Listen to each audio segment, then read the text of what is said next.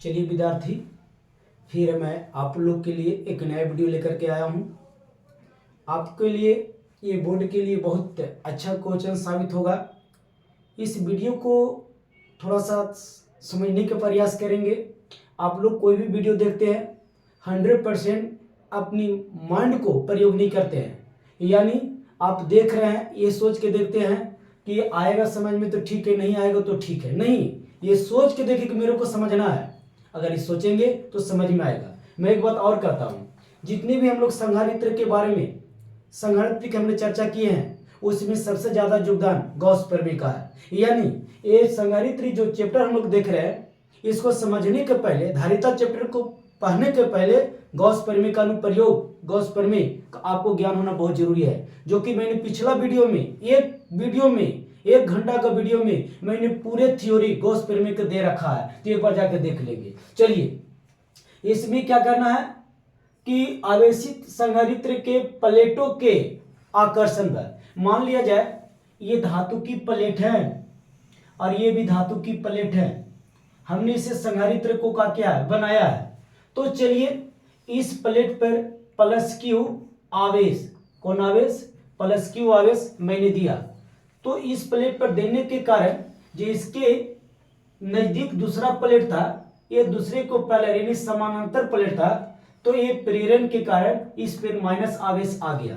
तो इस प्लेट के दूसरी सतह पर प्लस साइन का क्या हुआ, आवेश का निर्माण हो गया। चलिए, इस प्लेट को हमने क्या किया, इसको धरती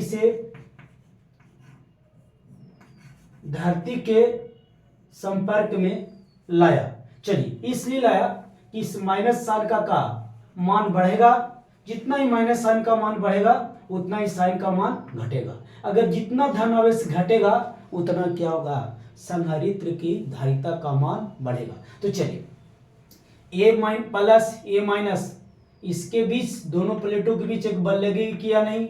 हाँ, दोनों अगर अलग अलग साइन है तो इसमें आकर्षण बल होगी। इसलिए लिखा गया है कि दो प्लेटों के बीच लगने वाले आकर्षण बल का मान क्या होगा। यानी इससे न्यूमेरिकल में क्या मदद करेगा। मान ली मैं न्यूमेरिकल बना रहा हूं और संधारित्र की दो प्लेटों के बीच का अगर आकर्षण बल पूछे तो कैसे निकलेगा, उसी चीज को निकालने के लिए हमने यहाँ पे क्या किया,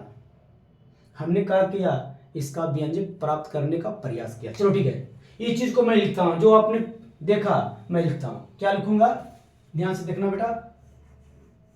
माना कि सी धारिता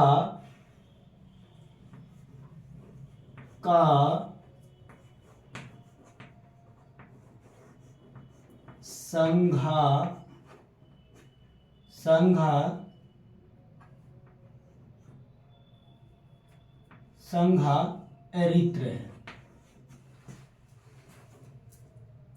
जिस पर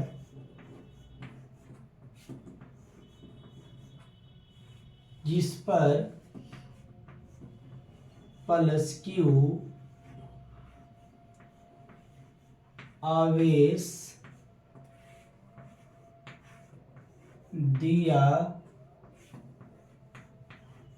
गया है। प्लेट का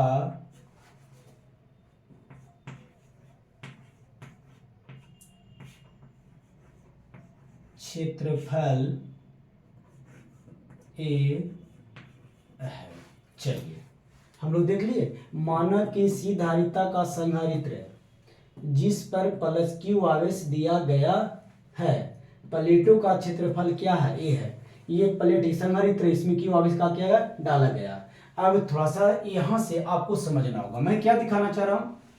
इसमें जो क्षेत्रफल ए है, यहां से यहां तक देख रहे हैं, तो इसका विद्युत क्षेत्र की तीव्रता क्या होगा।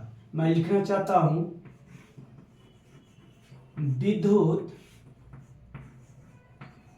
क्षेत्र की तीव्रता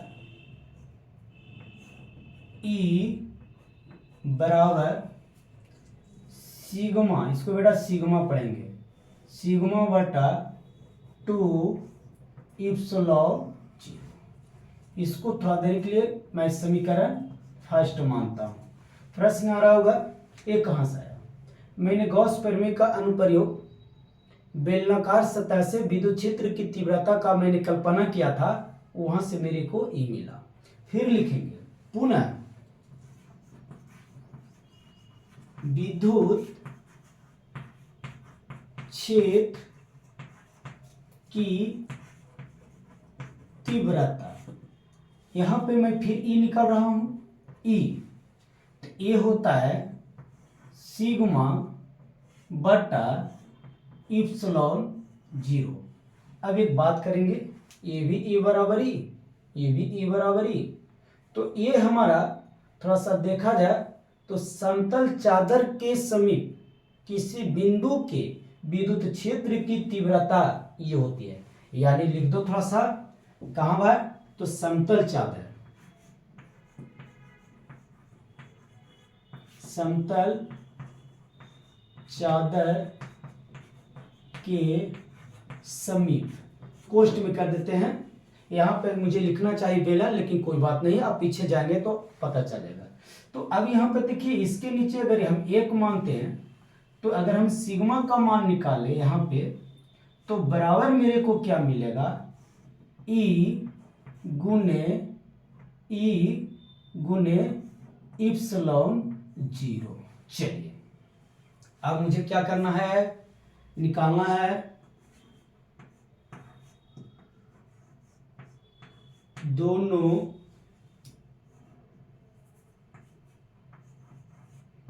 प्लेटों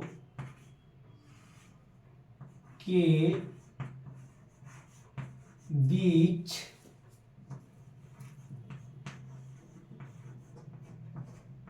आकर्षण बल F, ध्यान देंगे आकर्षण बल F बराबर क्या होता है। अब यहां से हमको निकालना है, तो होता है विद्युत क्षेत्र की तीव्रता। यहां से हमने क्या देखा, विद्युत क्षेत्र की तीव्रता गुने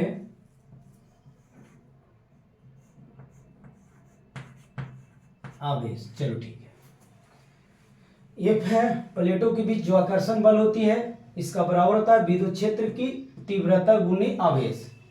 तो यहां पर क्या हो जाएगा बाबू, एफ बराबर विद्युत क्षेत्र की तीव्रता ई गुने आवेश, मैंने क्यू दे रखा है प्लस क्यू, यहां पर मैंने रख लिया।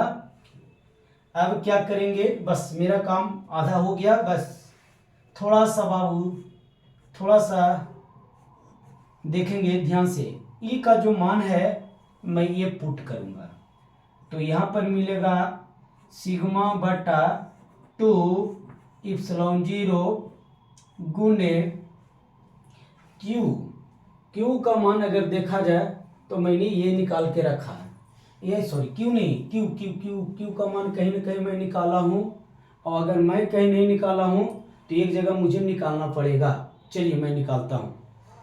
अब यहाँ पे, तो यहाँ पर देखा जाए ये क्यू का मान होता है छोटा सिग्मा गुने ए। अब थोड़ा सा बात आके फंसा कि सर ये कहाँ से लाया, तो हम लोग बराबर देखे थे, पिछला भी वीडियो में देखे थे, इसे मैं लिख देता हूँ क्या भाई, तो ये जो सिग्मा बराबर होता है जिसको कहते हैं पृष्ठ घनत्व, तो पृष्ठ घनत्व बराबर होता है क्यू बटे ए। तो जाहिर सी बात है इसके नीचे अगर ए मानेंगे तो क्यू बराबर सिग्मा ए हो जाता है। चलिए तो आपको यहाँ पर देख लिया होगा, इतना के बराबर ये होता है। अब ये काम करेंगे, अब देखिए यहाँ दिखाई दे रहा है, यहाँ दिखाई दे रहा है, चलिए चलिए चलिए चलिए, अब वहाँ नहीं दिखाई दे रहा है तो इधर ले लेते हैं, थोड़ा सा एक चीज को मिटा देते हैं, हमको आसान होगा बनाने में, ठीक है। अब चलिए, अब यहाँ पे देखिए तो एफ बराबर मेरे को क्या मिला, अगर इसके साथ हम गुना करेंगे तो सिग्मा स्क्वायर ए बटा क्या मेरे को मिलने जा रहा है 2 इप्सिलॉन 0। अब एक काम कीजिए, यहाँ पर जो सिग्मा देख रहे हैं सिग्मा का मान ये वाला डाल दीजिए। यहाँ पे देख रहे हैं सिग्मा का मान आया हुआ है, तो एफ बराबर सिग्मा का मान आया हुआ है ई इप्सिलॉन 0 की स्क्वायर होगा और ए होगा और बटा क्या होगा 2 इप्सिलॉन 0। आगे बढ़ के देखिए, एफ बराबर मेरे को क्या मिलेगा, ई स्क्वायर करेंगे एरा पर तो ई स्क्वायर हो जाएगा, एरा पर स्क्वायर करेंगे तो ई स्क्वायर इस तरह से हो जाएगा और बटा में क्या हो जाएगा 2 इप्सिलॉन 0। तो एक इप्सिलॉन से एक इप्सिलॉन चल जाएगा, दिखाई दे रहा है बाबू? यस। चलो अब आंसर क्यों चलते हैं, इसको सजा के थोड़ा सा लिख देते हैं 1/2। ठीक, क्या मिलेगा ई स्क्वायर। ठीक, फिर क्या मिलेगा इप्सिलॉन 0।